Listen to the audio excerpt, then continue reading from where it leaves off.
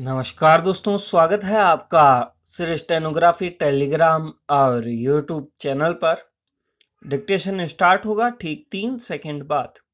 Yes, ready, start.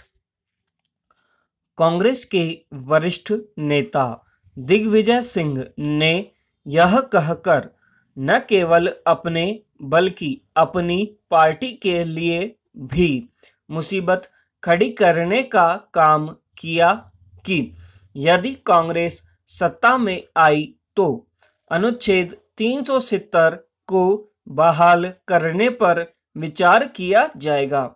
इससे भी खराब बात यह रही कि उन्होंने यह बात इंटरनेट प्लेटफॉर्म क्लब हाउस में एक पाकिस्तानी पत्रकार के सवाल के जवाब में कही। एक तरफ से उन्होंने वही कहा जो पाकिस्तान कहता चला आ रहा है। कांग्रेसी नेताओं की ऐसी ही बातों के कारण उन पर यह आरोप लगता है कि वे पाकिस्तान की भाषा बोलते हैं। दिग्विजय सिंह ने अपने बयान को लेकर सफाई देने की जो कोशिश की वह लीपापोती के अलावा और कुछ नहीं, क्योंकि उन्होंने जम्मू कश्मीर से अनुच्छेद 370 हटाने को न केवल दुखद करार दिया बल्कि सत्ता में आने पर उसकी बहाली की भी आस जगाई। क्या उनके बयान को कांग्रेस का आधिकारिक बयान माना जाए? यदि इस सवाल का जवाब सामने नहीं आता तो यह माना जाएगा कि 370 के बारे में जो विचार दिग्विजय सिंह के हैं वही कांग्रेस के भी हैं। वैसे भी यह किसी से छिपा नहीं कि कांग्रेस को अनुच्छेद 370 हटाया जाना रास नहीं आया था और उसने इसके बावजूद इस फैसले के लिए मोदी सरकार की संसद के भीतर बाहर आलोचना की थी कि कई कांग्रेसी नेताओं ने पार्टी की आधिकारिक लाइन से अलग लाइन ली थी। भले ही दिग्विजय सिंह और कुछ अन्य लोग अनुच्छेद 370 की वापसी का सपना देखें, लेकिन हकीकत यही है कि अब उसकी बहाली संभव नहीं। यह ठीक है कि फारूक अब्दुल्ला ने दिग्विजय सिंह को धन्यवाद देने में देर नहीं की, लेकिन भेदभाव को बढ़ावा देने, अलगाव की भावना पैदा करने और आतंकवाद को हवा देने वाले अनुच्छेद 370 की बहाली की बातों को देश कभी स्वीकार नहीं कर सकता। इस अनुच्छेद की बहाली की उम्मीद करने वाले एक तरफ से दीवा स्वप्न ही देख रहे हैं। यदि अनुच्छेद 370 के मामले में कांग्रेस दिग्विजय सिंह के साथ खड़ी होती है तो वह अपनी बची खुची राजनीतिक हैसियत को और कमजोर करने का ही काम करेगी। समझना कठिन है कि कांग्रेसी नेता रह रहकर ऐसे बयान क्यों देते रहते हैं जो देश विरोधी ताकतों के मन की मुराद पूरी करते हैं। इस मामले में दिग्विजय सिंह का कोई जोड़ नहीं। वह कभी आतंकी सरगना ओसामा बिन लादेन को सम्मानपूर्वक संबोधित करते हैं, कभी जाकिर नाइक जैसे उन्मादी तत्व के साथ मंच साझा करते हैं और कभी मुंबई हमले को आरएसएस की साजिश बताते हैं।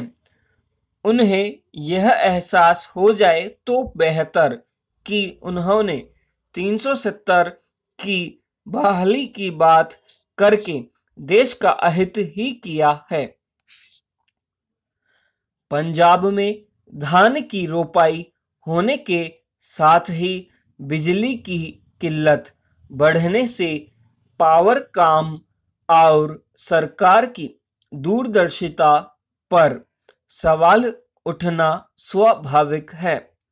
शहरों में कट लगने के कारण लोगों की परेशानी बढ़ गई है। इतना ही नहीं, पर्याप्त बिजली न मिलने से किसानों की नाराजगी भी बढ़ती जा रही है। कट की वजह से कुछ इलाकों में पेयजल की सप्लाई बाधित हो रही है और लोग प्रदर्शन कर रहे हैं। प्रदेश सरकार को इस समस्या को गंभीरता से लेना होगा। ऐसा इसलिए भी जरूरी है क्योंकि संगरूर में किसानों ने जरूरत के मुताबिक बिजली न मिलने पर ग्रिड पर ताला जड़ दिया। ऐसा पहली बार नहीं हो रहा है कि धान की रोपाई शुरू होने के साथ ही किसानों का गुस्सा बढ़ता जा रहा है। किसान अगर कह रहे हैं कि 8 घंटे बिजली देने का वादा किया गया था, लेकिन 2-3 घंटे ही सप्लाई हो रही है, तो सरकार को यह देखना होगा कि आखिर इसकी वजह क्या है। ऐसा तो है नहीं कि धान की रोपाई अचानक शुरू हो गई है। यह तो पावरकॉम को पहले से पता था कि प्रदेश में 10 जून से धान की रोपाई शुरू होनी है। ऐसी स्थिति में उसे पर्याप्त बिजली की व्यवस्था पहले से ही करनी चाहिए थी। यदि किसानों को भी निर्धारित 8 घंटे बिजली नहीं मिल पा रही है और शहरों में भी कट लग रहे हैं, तो यह ठीक नहीं है। प्रदेश में धान की रोपाई की शुरुआत में ही यदि बिजली की मांग 12,000 मेगावाट के करीब पहुंच गई है, तो निश्चित रूप से जब रोपाई गति पकड़ेगी तब बिजली की किल्लत और ज़्यादा बढ़ेगी। हालांकि पावरकॉम ने रोपड़ पर लहरा मोहब्बत के थर्मल प्लांटों में कुछ और यूनिटों को चालू कर दिया है, लेकिन भविष्य में आने वाली चुनौतियों को देखते हुए उसे और विकल्प तलाशने ही होंगे। शहरों में उपभोक्ताओं की शिकायतें बढ़ती जा रही है। लोगों का यह भी कहना है कि मरम्मत के नाम पर अघोषित कट लगाए जा रहे हैं। इस बात से इनकार नहीं किया जा सकता कि पावरकॉम मुलाजिमों की कमी का सामना कर रहा है। इस वजह से मरम्मत इत्यादि के कार्य प्रभावित हो रहे हैं। सरकार को मुलाजिमों की कमी दूर करने के साथ ही इंजीनियरों की हड़ताल को भी यथाशीघ्र खत्म करवाना होगा।